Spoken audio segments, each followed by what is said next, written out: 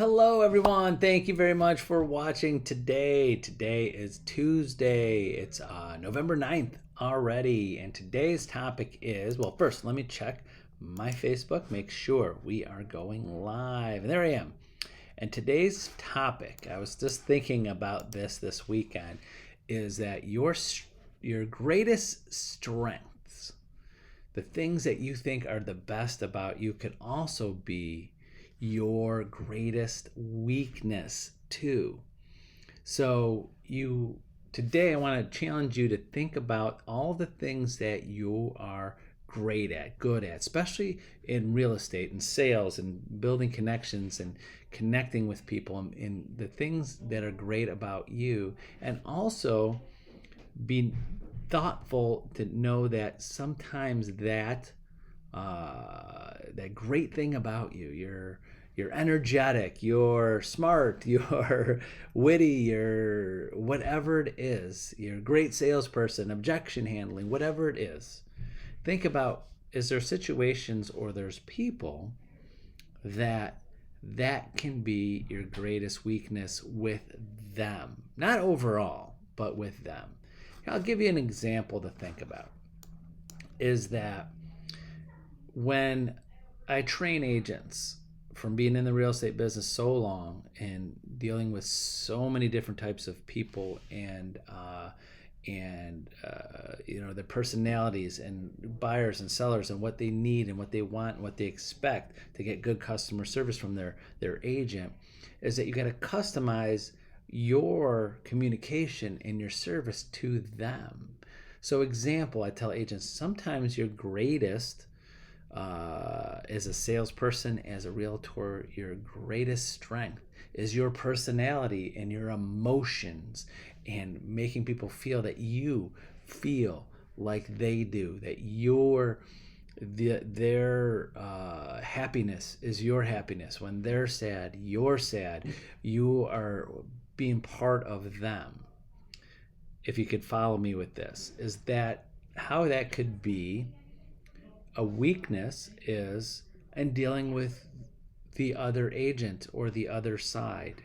And it go with that example, sometimes our buyers, if you're working with a buyer, are very emotional and they want to hear it from you, that you're just as happy or just as sad or just as frustrated of the situation of what's happening in there. They want to know that you're with them and using that strength to build a connection with them. They're like, you're with me. Good, bad, ugly, you're with me. But then when you deal with negotiation with the other agent, you can't bring that emotion.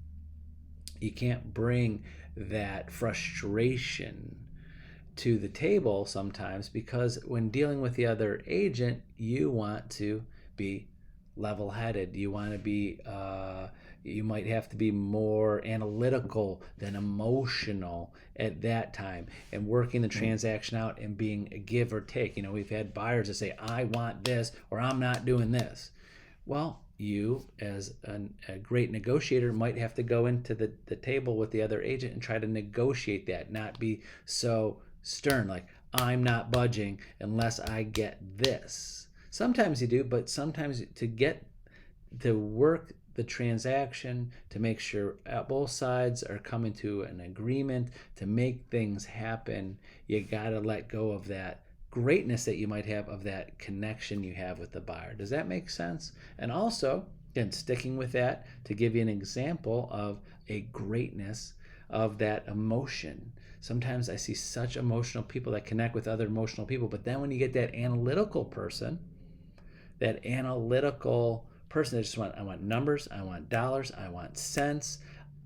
Example could be an investor. Listen, I want my realtor to be out there to get these deals first. I want the numbers. I want to see if it's a good investment. I just want to see what I need to do to the property, what I need. I don't need that cheerleader that's trying to pump me up on my ego and trying to build a connection with me on an emotional level and learn about my family and friends. I'm an investor. I want a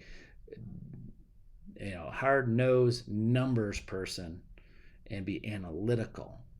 And then if you don't have that greatness or that strength of being analytical, sometimes those kind of customers and personalities might not feel comfortable working with you.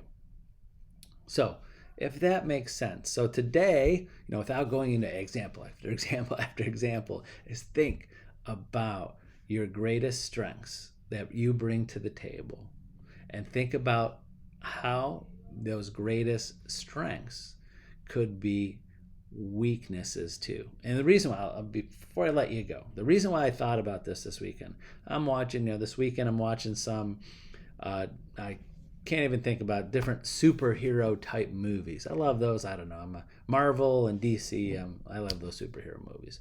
But sometimes when I'm watching, I'm like, why? Example, we all know who Superman is. I'm like, why can't Superman is the strongest and most powerful superhero all the time? Why don't they just have him go in and fix everything? Why do we need other superheroes? Because there's those other superheroes that have strengths that are needed in certain situations.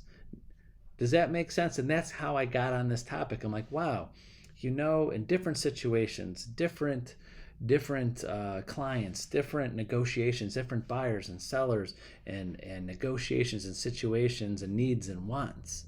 Sometimes that superpower, like a Superman superpower, is not the one that's needed, and it could actually hurt the situation when you think it's so great, and most of the time it's overall the best. Like overall, Superman is probably the best superhero to have at the time, but there's so many other things that can be strengths, and you got to know where your weaknesses are, and you got to know when your strengths are going to hurt you, and know how to at least know it and be knowledgeable about it, and figure out how to fix it and go at it a different angle, or have another strength, have a few different skills, in the toolbox to help situations and help connect with clients. So hopefully that makes sense, but I'm here to help think about that, brainstorm with you about it. If you have any questions, feel free to call, text, email, reach out to me. I'm happy to set the time aside, especially on this topic, and we could think about what are your strengths and how they could help you and how they could actually hurt you sometimes. So that's it. Have a great Tuesday. Thank you very much for watching, and we'll see you tomorrow on Wednesday. Bye-bye.